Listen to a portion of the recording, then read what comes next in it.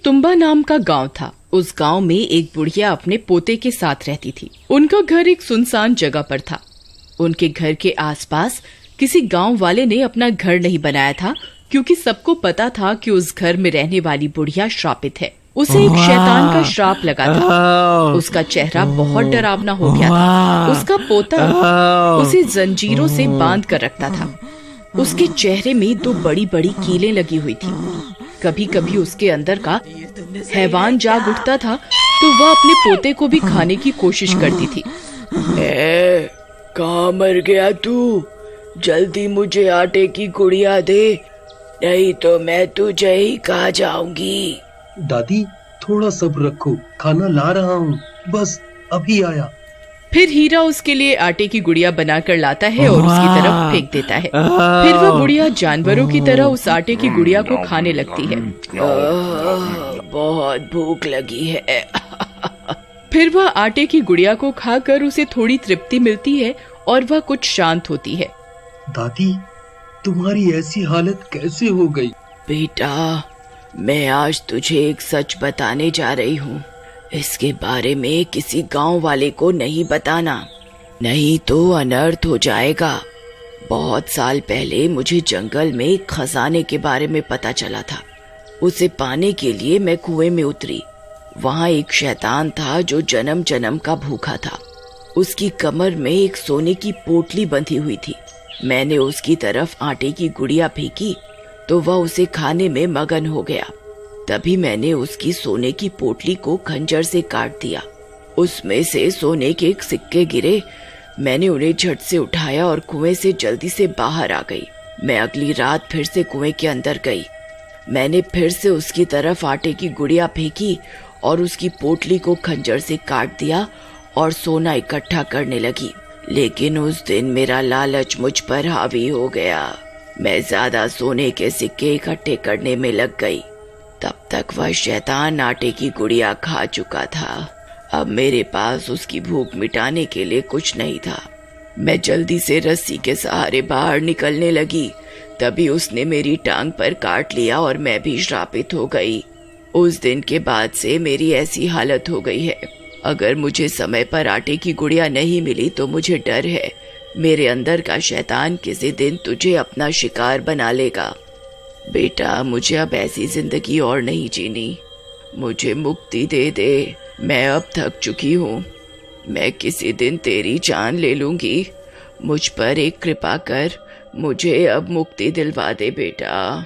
लेकिन दादी, मैं इस श्राप से आपको मुक्ति कैसे दिलवाऊं? बेटा, मेरे शरीर को आग के हवाले कर दे, इससे मुझे मुक्ति मिल जाएगी।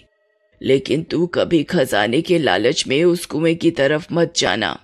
फिर हीरा से अपनी दादी की हालत देखी नहीं जाती और वह अपने झोपड़े में आग लगा देता है और उसकी दादी को मुक्ति दिलवा देता है। अब मुझे कुएं में जाकर उस शैतान से खजाना लाना ही होगा। फिर एक दिन हीरा आटे की गुड़िया बनाता है और उस कुएं में उतर जाता है। हे दानव, कहाँ है तू? देख, मैं तेरे लिए आटे की गुड़िया लाया हूँ। आ, जल्दी आ जा। तभी आटे की गुड़िया की महक सूंघकर वह शैतान वहाँ आ जाता है। उसे देखकर हीरा की सिट्टी पिट्टी गुल हो जाती है। अरे मर गए रे। दादी की बात तो सच निकली। यहाँ तो सच में एक शैतान है। फिर वह शैतान उसकी ओर बढ़ने लगता है।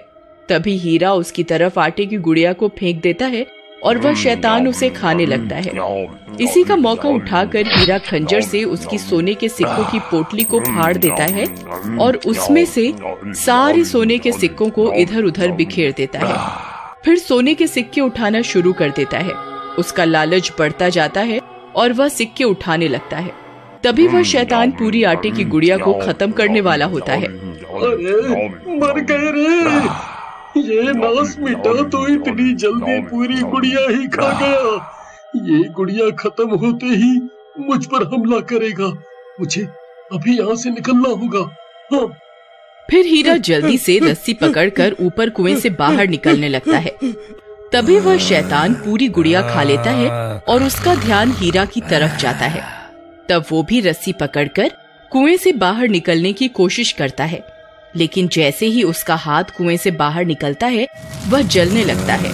और जलने से बचने के लिए वह फिर से कुएं के अंदर चला जाता है और अपने सोने के सिक्कों को वापस बटोरने लगता है।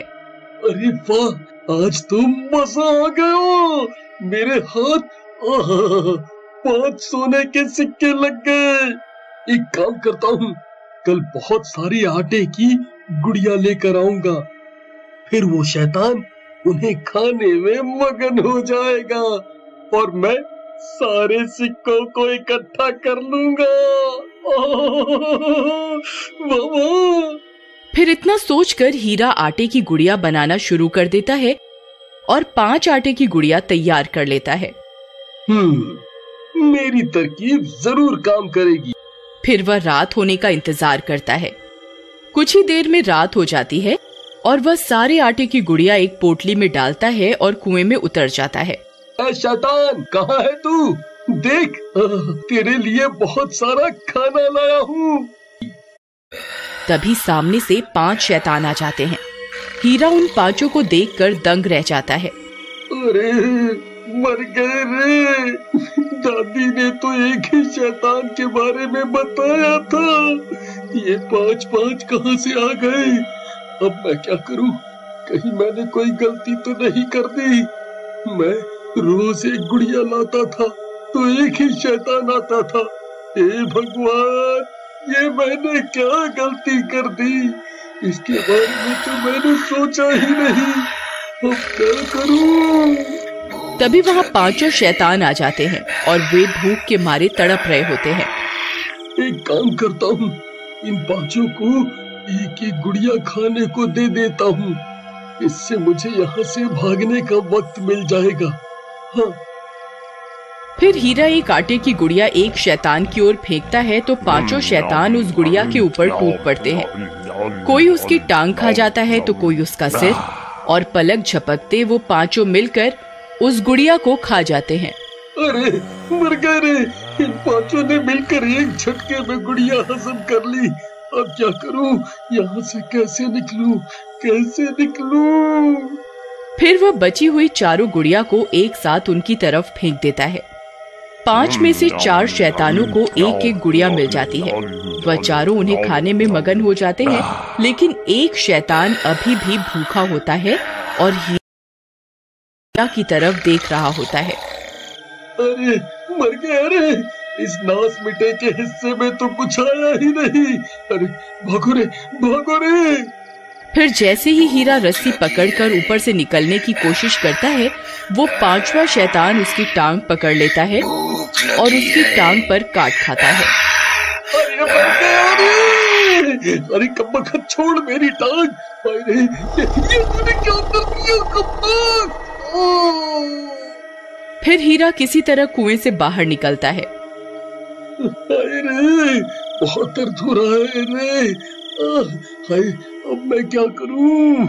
कहीं वो दादी वाला श्राप मुझे भी तो नहीं लग जाएगा? कोई है? कोई मेरी मदद करो। फिर देखते ही देखते हीरा भी शैतान में बदल जाता है। उसे भी श्राप लग जाता है।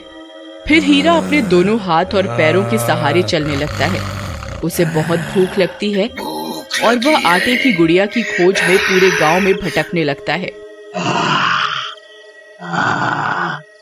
मुझे बहुत भूख लगी है।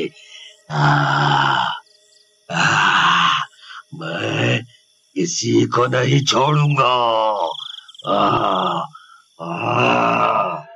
गांव वाले उसे छुप छुप कर देखने लगते हैं। किसी को कुछ समझ में नहीं आता कि हीरा ऐसे दोनों हाथ और पैरों के सहारे क्यों चल रहा है और उसकी ऐसी हालत कैसे हो गई। फिर हीरा पूरी रात गांव में भटकता भटकता जंगल की तरफ निकल जाता है। उसके वहां से जाते ही गांव वाले अपने घरों से बाहर निकल कर आ जाते हैं। अरे भाई, ये हीरा को क्या हो गया? ये तो बिल्कुल जानवर जैसा बन गया है। भाई, मुझे तो लगता है इसे इसकी दादी ने काट खाया है, तभी ये भी श्रापित हो गया है। फिर सभी गांव वाले हीरा के घर की ओर दौड़ पड़ते हैं। जब वे वहां पहुंचते हैं तो दंग रह जाते हैं। वह घर पूरी तरह से जला हुआ होता है। वहां उन्हें उस बुढ़िया का कंकाल भी मिलता है। उन्हें कुछ समझ में नहीं आता कि आखिर क्या हो रहा है। फिर रात होने पर उन गांव वालों को हीरा के तड़पने की आवाजें जंगल से आती हुई सुनाई देती हैं। मैं किसी को नहीं छोड़ूंगा, मुझे आटे की गुड़िया दो।